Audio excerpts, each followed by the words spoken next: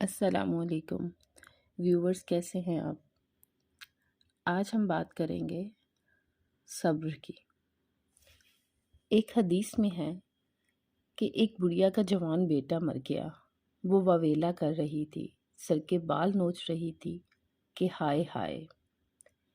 نبی کریم صلی اللہ علیہ وآلہ وسلم گزرے، فرمایا بڑی بی صبر کرو۔ بڑی بی کو معلوم ہی نہیں تھا کہ یہ حضور صلی اللہ علیہ وآلہ وسلم ہے۔ اس نے کہا، ہاں تم نے تو یہ کہہ دیا کہ صبر کرو، تمہارے گھر میں یہ آفت آتی جب میں جانتی تم صبر کرتے۔ مجھے صبر کرانے کے لیے آئے ہو، میں صبر نہیں کر سکتی۔ آپ نے ارشاد فرمایا، اچھا تو جان۔ آپ آگے تشریف لے گئے۔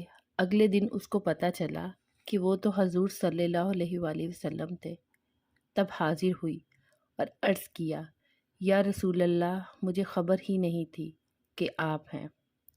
آپ نے صبر کی تلقین فرمائی تھی، میں اب صبر کرتی ہوں۔ آپ نے ارشاد فرمایا، الصبر عند صدمۃ الاولیٰ، جب صدمہ پیش آیا تھا تب صبر کرتی تو اجر ملتا۔ 4 برس بعد خود بخود صبر آ جاتا ہے، کوئی ساری عمر تھوڑی ہی روتا رہتا ہے۔ تو وہ مجبوری کا صبر ہے، اور صدمے کے وقت اختیاری صبر ہوتا ہے جو نفس کا ضبط کرنا ہے، وہی اجر کا باعث ہے۔ مجبوری کی چیز اور بے اختیاری چیز پر کوئی اجر نہیں ہوتا۔ جس چیز میں ارادہ اور اختیار صرف کیا جائے اور طبیعت کے خلاف جد و جہد کی جائے، اس پر اجر ہوتا ہے۔